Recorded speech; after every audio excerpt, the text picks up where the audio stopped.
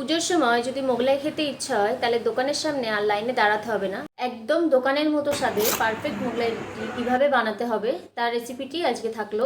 প্রথমে তার জন্য এখানে আমার ময়দা লাগছে 2 কাপ, মানে বড় কাপের 2 কাপ। এরপর 1 চামচ ভরে চিনি দেব, নুন দেব, আর ময়মটা একটু বেশি করে দেব। দিয়ে সব কিছু ভালো করে এবার প্রথমে ময়দাটার সাথে মিশিয়ে নেব। ভালো করে প্রথমে ময়মের সাথে ময়দাটাকে মিশিয়ে নিতে হবে। ময়ম এভাবেই দিতে হবে যাতে হাতে মুঠো মধ্যে ময়দাটা মুঠো করা যায়। এরপর জল দিয়ে আস্তে আস্তে জল দেব, দিয়ে ময়দাটাকে প্রথমে মেখে নেব ভালো করে। তারপর হাতের সাহায্যে এভাবে প্রেস করে মাখবো। চারিধারের ময়দাটাকে এরম মাঝখানে এনে ভালো করে হাতের সাহায্যে প্রেস করে 2-3 বার এরমভাবে প্রেস করে ভালো করে মানে ঠেসে নিয়ে ময়দাটাকে সফট করে মেখে নিতে হবে। মাখা হয়ে গেলে এবার উপর থেকে আমি কিছুটা তেল দিয়ে ময়দাটাকে এবার ঢেকে একটা সাইডে রেখে দেব। আমি ঢাকনা দিয়ে ঢেকেছি, ভেজা কাপড় দিয়েও ঢেকে রাখা যেতে পারে। ময়দাটাকে মেখে নিয়ে এবার অন্যদিকে আমি মোগলাইয়ের যে তরকারিটা হয় সেটা বানিয়ে নেব। আলু, তার জন্য এখানে আমি আলু নিয়েছি বড় সাইজের 3টে, সেগুলোকে ছোট ছোট করে কেটে নিয়েছি। এরপর কড়াইয়ে তেল গরম করে একটু হলুদ দিয়ে আলুটাকে প্রথমে ভালো করে একটু ভেজে নেব, বেশ লাল লাল করে। আলুটাকে একটু নরম হওয়া পর্যন্ত ভেজে নেব। ভাজা হয়ে গেলে আলুটা এবার তুলে একটা সাইডে রেখে দেব।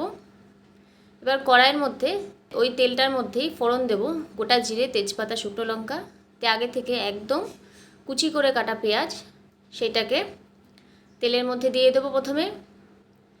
দিয়ে পেঁয়াজটাকে কালারটা চেঞ্জ না হওয়া পর্যন্ত বেশ ভালো করে ভেজে নেব। পেঁয়াজের মধ্যে এবার উপর থেকে একটু নুন দিয়ে দিচ্ছি স্বাদের জন্য। এবার আগে থেকে একটা টমেটো কুচি করে রেখেছিলাম, সেটাকে এবার পেস্ট করে এই পেঁয়াজটা একটু কালারটা চেঞ্জ হয়ে গেলে এর মধ্যে দিয়ে দেব টমেটো পেস্টটা। দিয়ে উপর থেকে একটু লঙ্কা বাটা, আদা বাটা, রসুন বাটা আর জিরে গুঁড়ো, ধনে গুঁড়ো, হলুদ গুঁড়ো, মশলাগুলো দিয়ে আর স্বাদের জন্য একটু সামান্য চিনি দিয়ে ভালো করে এবার মশলাগুলো সব একসাথে মিশিয়ে নিতে হবে। মশলাটাকে এবার কষাবো, কোনো রকম জল কিন্তু এখন আমি এর মধ্যে দেব না।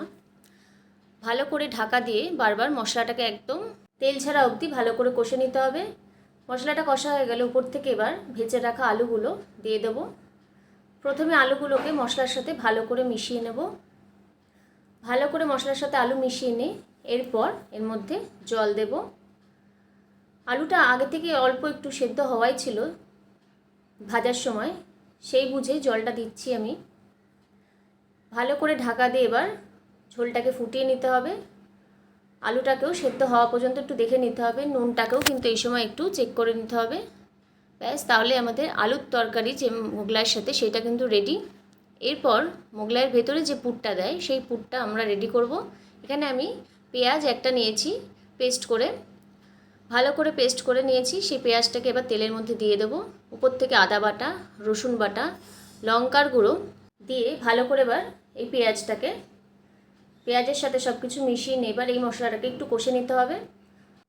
এর মধ্যে নুন দেবো, এবার হলুদ সামান্য, আর একটু চিনি দেব, দিয়ে মশলাটাকে ভালো করে কষে নেব।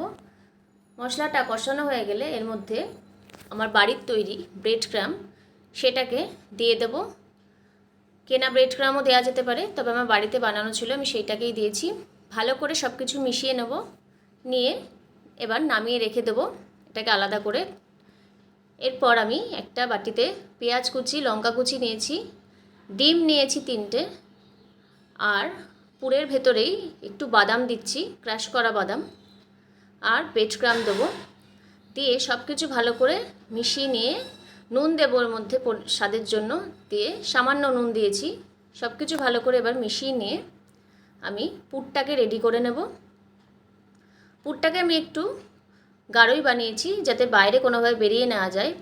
এবার যে ময়দাটা মেখে রেখেছিলাম তার থেকে আমি 4টে বড় বড় করে সাইজের গুটি করে নিয়েছি, মানে লেচি কেটে নিয়েছি।